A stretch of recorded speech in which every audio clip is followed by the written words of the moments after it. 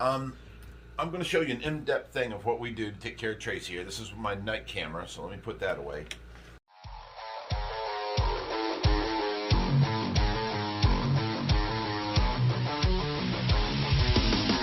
First off, we're going to take this. See how I got this picture? I got magic mark all the way around it. I can't read all these little things, so I made a mark at 250 milliliters. What I do is I fill this up and bring it up to that line. Now, this is room temperature water. It's what the doctor said to use. Don't use water out of tap. It could be too warm and cold, and it's not going down her throat and warming it up or nothing, so it could be a shock on the system. So use room temperature water. So I do that. Now, at each feeding, we have to add 30 milliliters of this Pro Source. This is a complete liquid protein. So I've been doing it for so long now, 5 months, pretty much know just about how much to add. So I don't measure it no more because it's really thick, and if you measure it, a lot of it sticks inside that measuring cup. So now I've got this here. This is the pill crusher. Let me turn on these lights here. There we go. Now here's her pills. Let me go first with the blood thinner. That's the Eliquis. That's because Avon Place decided to give her blood clots, so she has to take this the rest of her life now. This is her narcolepsy medicine, and the whole reason we're still giving this to her is because when she stops taking her narcolepsy medicine, like if she'd go to the hospital or something, she'd go into a 3-month delusional period where she didn't know who me or the kids were. So, you know, we want to continue this narcolepsy medicine so that if we see any change, it's not hidden in the delusional period she'll be going through. So now let me go ahead and crush these up.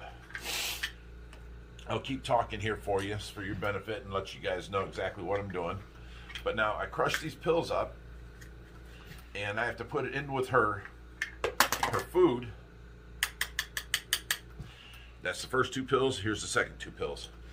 And that way it gets into her belly because she can't take it down her throat. She can't swallow. She's got that trach in, and I doubt she'd be coherent enough to know to swallow. So now, if you guys notice, Tracy's out here in the living room. This is our living room. The TV's right there. The couches are right there. I made her bed set up on this side of the living room. Right down that hallway is Josh's room that way and Richie's room that way. So the kitchen's right there. She's in the middle of the house. My bedroom is way over that way. So now we got the food in there. Let me stir this up. Not the food, the medicine and the Pro Source. Once this is stirred up, now I can add, this is the Nutrient 1.5. It's a caloric dense complete nutrition. She gets 4 of these. And you see how I've got them up here. Morning, noon, afternoon, night.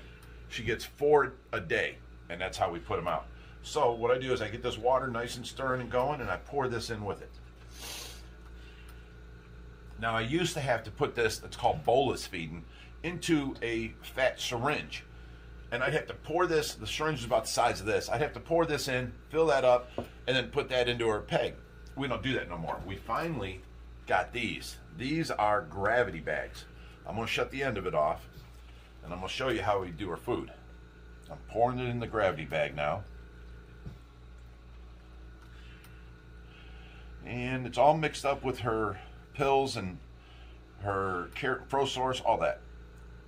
So there's her meal. I'm going to hang this up here, and then when it's time to feed her, I will just plug this into her peg. Right now, we put that out of the way. I can throw this away, so I'm going to set it over here. Now what we got to do is get out everything we need.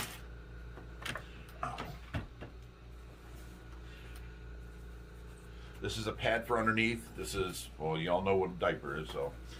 But anyways, here's wipes for changing that. Now we got to put on a new HME every day. A new neck strap that holds her trach in.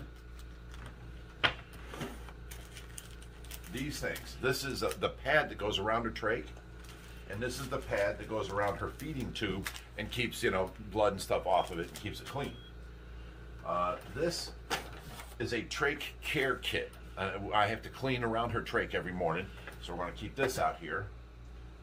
And then this is the hydrogen peroxide. We need it out here. Okay, let's close that up. This is her mouth care. And then this is her suction toothbrush with her mouth care. And then I think that's everything we need here. Oh, when I'm done, I always spray her with the pear glaze. She loves this scent, so this is the finishing thing. And anyways, so now let me open these up. We got one split pad. That's what they're called, split pads. Two split pads. See how they are? If there's something there, they can go around it and, you know, seal up. That's how they work. Okay, so we can throw this away now. This is the Trach Care Kit. Because you got to imagine it's bleeding. It's going into her skin. There's blood. There's spit. When she coughs, liquid comes out and dries up. And it's a petri dish for germs. So these are gloves. I just saved them for the nurses because them are small and they will not fit me. A pad. Now you've got these assortment. There's long reach Q-tips. There is a scrubber right here that I can clean around her trach. And then these are like felt wire things. What I do with these is I bend them like so. I put it into the solution, the peroxide, and I put that under behind her trach and clean it like that. So I've got two of them I use like that. There we go. So let me put this in here. We take the peroxide and we pour into one of the sides. Okay, so that's empty now. I'm going to add a little bit of water. Oh no, I almost messed up. We use the sterile water.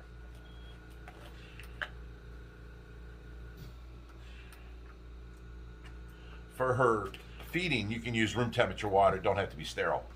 But sterile water is what we use for cleaning. So, what we're going to do. Hi, honey. I'm going to take this off of you. This is her ventilator. Let me shut that off. Okay, now we're going to take off her old pad. I know, it's okay. I got you. Oh, goodness. You're okay, I'm sorry. I didn't mean to move it.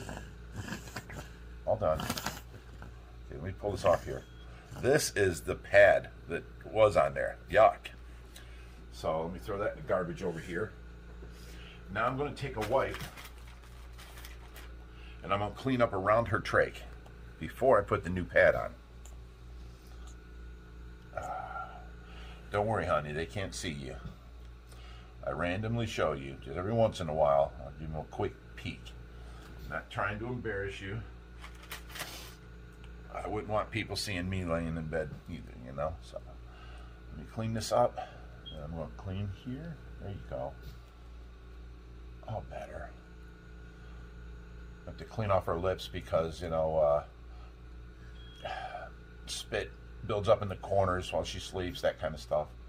So I clean her off really good. She's all set. Garbage.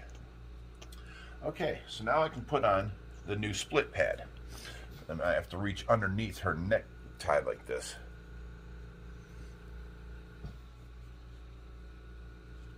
There you go.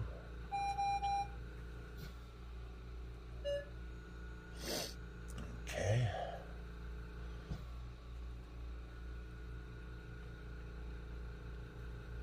Pulling that up into place. Then we can do the other side. So this side's on. I'm going to pull it under the trach now, the centerpiece. Oh, there we go. Now we're doing this side here. And I have to do this every morning for her to keep her thing clean. Okay, so let me get this thing here, dip it in the sterile solution with the peroxide, and I'm going to clean around the whole trach. There we go. And you know, it's generally pretty clean, so I don't have much to clean up every morning because I keep it clean every day. Now, this is the reach behind it. Where's some wipes? She almost got me with that one. Hang on, I gotta turn on the suction machine. Ugh. I'm sorry, honey. There you go.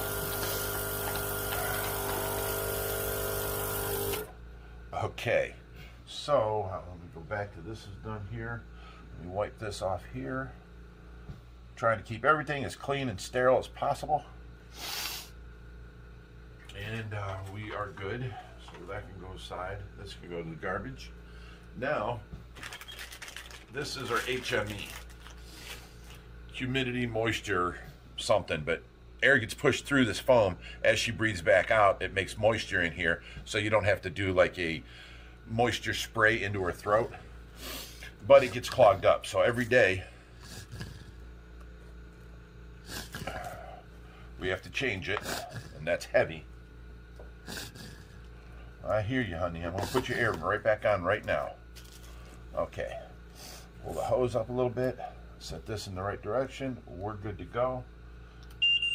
Turn the machine on. Boom. You're all hooked back up now. So, let me see here. This is the do for her feeding peg.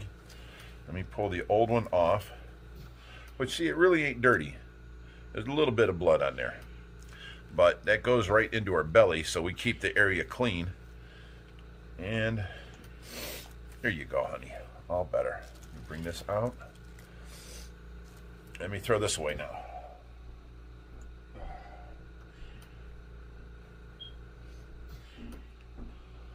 Okay, this is garbage. Tie this. Okay. Now we've got to reposition her. To change her every 2 hours, we reposition her. I'm going to go ahead and change her undergarments, and then all I got left is mouth care, and then to feed her. And if I was to do that, I would just hook this up to this tube right here, like so. I'd open this side, and then I'd open this side, and watch for a good steady drip on here. I'm not going to do that yet because I still have to change her. So after I'm done flopping her back and forth to change her, that's when I'll hook up the food. So now I can take out like these pillows and stuff that's holding her propped up in this position. I'll put her on her side, and that way we'll put a pillow under her back to keep her from rolling back, and a pillow between her legs so that she spends 2 hours on that side. Then I prop her up on this side doing the same way.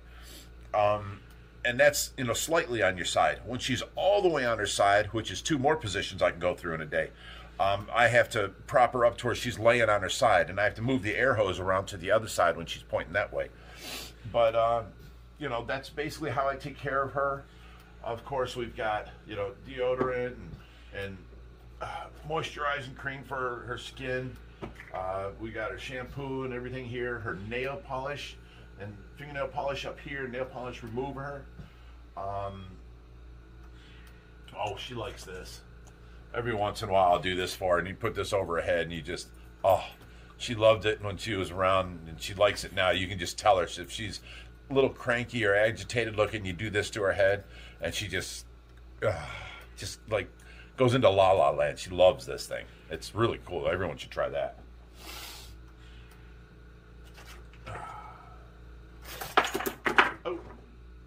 I'm like a bull in a china shop. Okay. And then we got, our thermometer to test her temperature if we think she's getting sick or too hot. We have the blood pressure cuff. We have to do that once a day, take her blood pressure. And these are the suction catheters. I have to buy these off eBay. That's these things right here.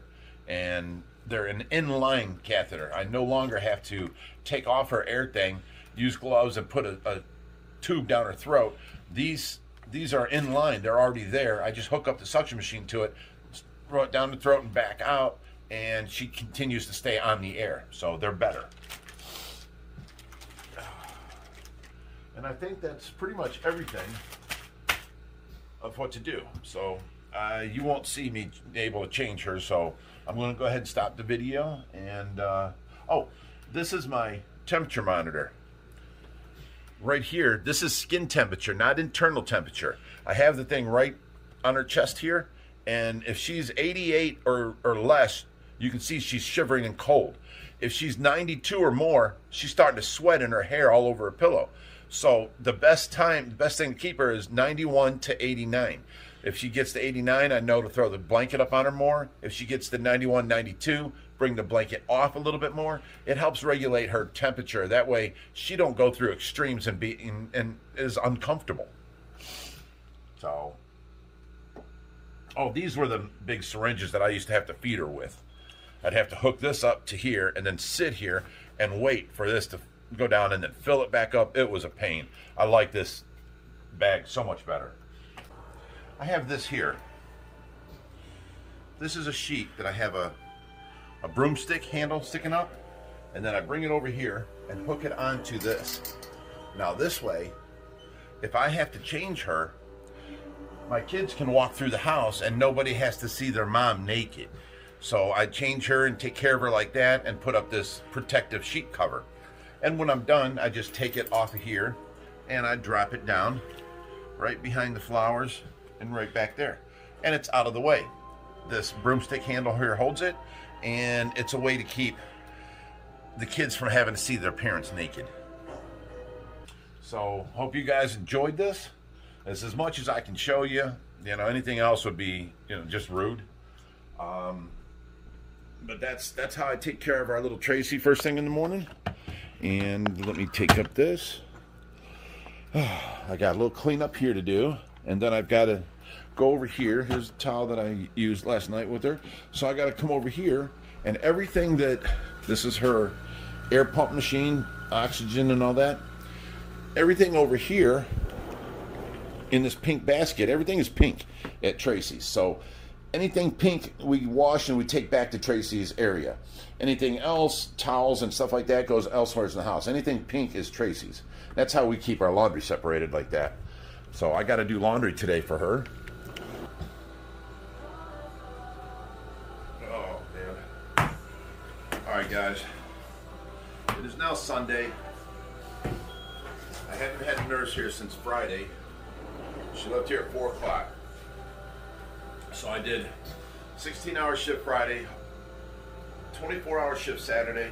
I'm on my second 24-hour shift, and I'm telling you, I'm feeling it. I am run down. But the work don't stop for anyone. You can't just not take care of Tracy. So, taking care of her laundry right now. Oh.